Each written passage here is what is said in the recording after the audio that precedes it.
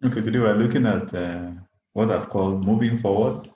And we'll start with a song. The name of the Lord is a strong tower. The righteous runs into, and they are saved. The name of the Lord is a strong tower.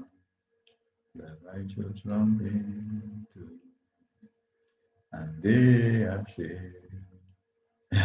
This is a very interesting title that I put here. Where went the spirit? Of course, it was Zedekiah that was asking the question when they were prophesying before the king. And Micaiah came and said, I looked into heaven, and God has put a lion spirit in the mouth of all these prophets.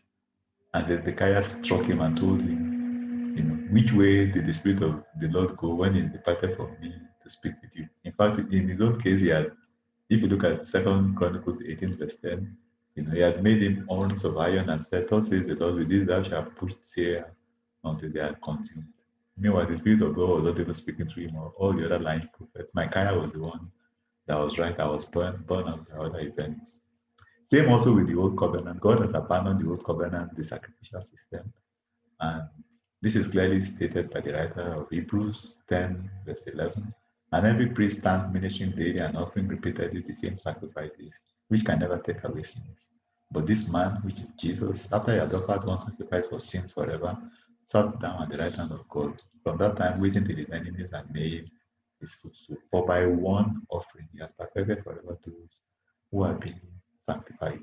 So God does, you know, uh, change. God does abandon things, and we need to be conscious of this. We need to be people that are sensitive to the spirit. For instance, maybe you are fretting over an issue, your boss in the office is harassing you, you've been praying and fasting about it, and then you have a dream, or God speaks to you through His word, or you have a leading of the Spirit, you know, to focus on something else.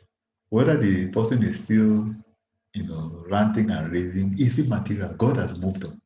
And you yourself, you should move on. Whatever God has told you, just focus on that. It means that that particular matter has been taken care of. Move forward.